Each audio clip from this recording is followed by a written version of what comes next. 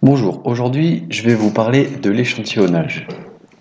Alors l'échantillonnage c'est quelque chose de très complexe et également de très important euh, pour lequel il faut avoir un esprit très ouvert et disons être le moins factuel possible. Donc là, aujourd'hui je vais vous présenter un fichier qui permet de faire de l'échantillonnage par mesure multivariable. Alors ce qu'il faut savoir, c'est que l'échantillonnage, il y a deux normes qui existent dessus. Il y a l'ISO 2859 sur l'échantillonnage par attribut, conforme ou non conforme, et l'échantillonnage par mesure qui est l'ISO 3951 que je vais vous présenter ici. Alors, la différence avec l'échantillonnage par attribut, alors comment ça fonctionne? La norme vous dit, voilà, vous fabriquez 100 pièces. Vous avez une population de 100 et vous ne pouvez pas tester les 100 pièces, les 100 échantillons parce que trop coûteux, ça prend beaucoup de temps. Du coup, vous, ce qui vous intéresse, c'est échantillonner sur ces 100 pièces une dizaine. Et sur cette dizaine, donc vous allez les contrôler. Et l'idée, c'est que sur ces 100 pièces, l'idéal serait d'observer 0 non-conformité. La norme par attribut, en fonction du risque que vous avez choisi, peut vous faire accepter des pièces non conformes. C'est-à-dire que si vous avez 100 pièces et que la norme vous indique d'en échantillonner 10, vous contrôlez les 10, elle peut vous dire vous avez droit à une pièce non conforme. Voilà. Ce qui peut paraître un peu farfelu du coup parce que au final vous pouvez accepter un lot malgré le fait que vous avez observé une pièce non conforme. Voilà. À côté de ça, il y a donc l'échantillonnage par mesure, qui elle est beaucoup plus stricte et cohérente. Pourquoi? Parce que sur les 10 pièces que vous allez mesurer, cette fois-ci, vous allez calculer une moyenne d'un écart type et comparer cet écart type à la dispersion, on va dire, aux tolérances. Du coup, la norme va évaluer le risque d'avoir des pièces non conformes au-delà des tolérances, un peu comme le ferait la capacité. Au final, si vous obtenez une mesure qui est hors tolérance, votre lot, il ne sera pas accepté, c'est sûr. Même mieux que cela, c'est que si vous obtenez des valeurs conformes mais proches de votre tolérance, vous aurez également de fortes chances d'avoir des pièces non conformes et votre lot ne sera là aussi pas accepté. Donc au final, l'échantillonnage par mesure est beaucoup plus strict car elle souhaite vraiment que vous ayez des pièces très conformes proches de la cible et non conformes proches des tolérances. Contrairement à l'échantillonnage par attribut qui lui va carrément vous faire accepter des lots malgré le fait d'avoir vu une pièce ou deux non conformes. Donc ça, effectivement, cela dépend du risque que vous allez accepter. Ce risque, c'est ce qu'on appelle, alors c'est l'AQL, l'acceptance quality limit, que vous allez accepter pour un lot. Donc par exemple, pour un défaut esthétique, vous pouvez accepter qu'une dimension, vous pouvez accepter 10% d'erreur. Alors quand je dis 10%, c'est sur le lot, sur les 100 pièces, vous pouvez accepter 10% que des pièces soient non conformes pour une tolérance esthétique. En revanche, pour une côte que vous allez mesurer qui est fonctionnelle ou voire critique, là, vous allez exiger peut-être 1%, voire 0,1% de pièces non conformes. Alors, on pourrait très bien dire, mais moi je veux 0% de non conforme.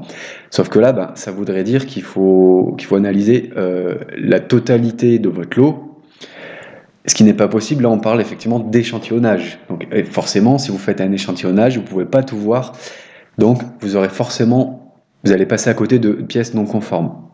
En sachant que même en faisant un contrôle à 100%, vous n'êtes pas à l'abri d'accepter à tort des pièces et donc de laisser passer des pièces non conformes. Donc c'est pour ça qu'il faut une grande ouverture d'esprit, il ne faut pas être factuel. Là, on est vraiment dans le cœur des probabilités, c'est un coup de chance. Vous pouvez très bien, par exemple, contrôler un lot le lundi qui est bon, le mardi qui est bon et le mercredi tomber sur des pièces non conformes, à dire le lot du mercredi il n'est pas bon. Pas forcément. Peut-être que le lundi et le mardi, vous êtes simplement passé à côté de pièces non conformes et vous avez libéré le lot, entre guillemets, à tort. Donc voilà, donc il faut une grande ouverture d'esprit sur l'échantillonnage par attribut ou par mesure. Alors, l'échantillonnage par mesure, de ce fait, est beaucoup plus cohérent. Alors, l'échantillonnage par mesure, lorsque l'on n'étudie qu'une seule côte, c'est-à-dire que l'on a une cible avec des tolérances, typiquement, là, on est sur un outil de capabilité. Ce qui est plus intéressant encore, c'est quand on a plusieurs côtes. C'est-à-dire qu'on peut avoir plusieurs, alors des dimensions, une taille, une concentration, voilà. Et l'idée, c'est de contrôler tous ces critères pour au final valider le lot tout entier. Alors, la difficulté, c'est que certaines dimensions, comme un poids, peut être, je sais pas, esthétique. Donc, on va lui mettre un risque d'acceptabilité plus grand, alors que sa texture sera critique, donc aura un autre risque, etc. Donc, on peut avoir plusieurs risques sur plusieurs côtes. Si l'on prend une pièce, donc toute la difficulté est là. Donc l'ISO 3951, comment ça fonctionne? Alors pour cela, vous avez besoin de la norme. La norme vous donne principalement deux tableaux. Un premier tableau vous indique la quantité à échantillonner en fonction de la taille de votre lot et en fonction de la rigueur que vous souhaitez appliquer sur l'évaluation de la qualité de votre lot. Par exemple, si vous fabriquez 1 million de pièces, le premier tableau vous dira sur 1 million de pièces, si vous voulez évaluer votre lot de manière standard, il vous donne une lettre. Cette lettre vous indiquant prenez 1000 pièces. Voilà.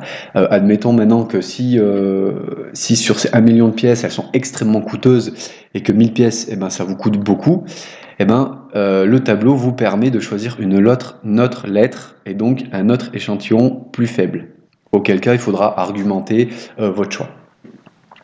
Donc le premier tableau vous donne une lettre. Cette lettre ensuite est à reporter dans un second tableau.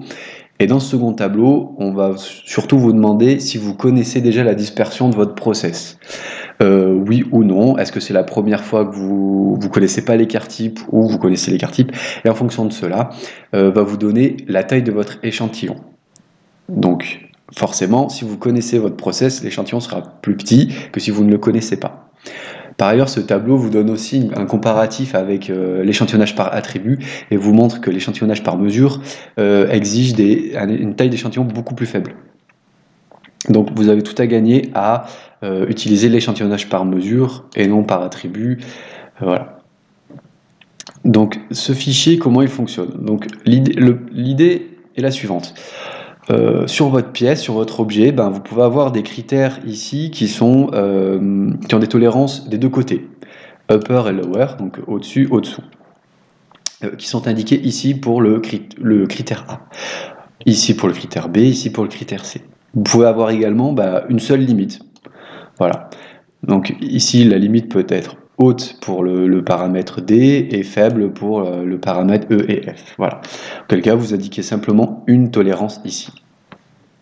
La colonne d'après concerne l'instrument de mesure, parce que vous pouvez avoir un procédé extrêmement parfait, votre instrument de mesure, lui, il disperse, du coup, il va vous donner des résultats qui dispersent. Si au final, vous vous apercevez que vous êtes hors tolérance, à ce moment-là, c'est pas dû à votre process qui est parfait, mais à votre instrument de mesure. Donc tenir compte de l'instrument de mesure et de sa dispersion est extrêmement important. Donc ici, on rentre simplement l'écart type de l'instrument de mesure. Alors l'incertitude de l'instrument de mesure, ici, pour vous aider, j'ai mis un exemple, mais qui ne prend en compte que l'instrument, lui, et pas la méthode entière. C'est ici la répétabilité, la résolution et également l'incertitude de l'étalon utilisé pour calibrer votre instrument de mesure. Voilà. Mais cet écart type peut bien évidemment être élargi si l'on tient compte de l'effet jour, de l'effet opérateur et étalonnage, etc. La colonne d'après, c'est ce fameux risque que vous allez accepter. Donc le fameux AQL, c'est-à-dire qu'ici vous allez accepter 10%. Ça sous-entend quoi? Que ce paramètre A, il peut être esthétique. Pour ce paramètre B, vous allez ne tolérer que 2,5% de non-conforme dans votre lot. Donc on peut être sur quelque chose de fonctionnel. Alors je vous le rappelle, vous ne pouvez pas avoir ici quelque chose de 0%, puisque ça nécessite de contrôler votre lot à 100%. Et encore. Voilà. Donc plus on descend ici dans l'AQL, plus on considère ici que le paramètre à tester est extrêmement critique. On le fait pour les paramètres avec 2 tolérances et également pour des paramètres avec une seule tolérance. Ici, la norme vous aura donné la taille de l'échantillon. Il suffit alors simplement derrière d'aller exécuter des mesures, donc de vos paramètres, donc 6 échantillons, donc 6 mesures, voilà, etc. Donc à partir de ces résultats, le fichier va calculer la moyenne et l'écart type, tout simplement, en sachant que l'écart type tiendra compte à la fois des dispersions des résultats et de l'instrument de mesure. Voilà, l'idée derrière, c'est de partir du principe que ça suit une loi normale, une courbe gaussienne, et donc on va regarder les queues de part et d'autre de la courbe de Gauss, voir si elles dépassent les tolérances, et évaluer le pourcentage de non conformes. Ce pourcentage, il est évalué ici dans cette colonne. Donc par exemple, pour ce paramètre, au vu de la moyenne et de l'écart type, on considère qu'il y aura 72% de pièces conformes. Alors si on regarde un peu plus en détail, ici on est sur 25,7, alors qu'on voit que la limite supérieure est à 26. Donc on est quand même proche de la limite supérieure. Donc au final, on a quelque chose comme 28% hors limite, hors tolérance. Et ça, donc on l'a fait pour chaque paramètre. On a évalué la probabilité de conformité, de non-conformité. Au final, ce qu'on fait, c'est que pour chaque risque, niveau de risque, on va évaluer la probabilité de conformité. Alors, on fait simplement le produit des conformités. Donc ici, au final, on va calculer la probabilité de mauvaise pièce. Et on s'aperçoit ici qu'elle est de 27%, qu'elle est de 0,013% ici, 0,011% ici.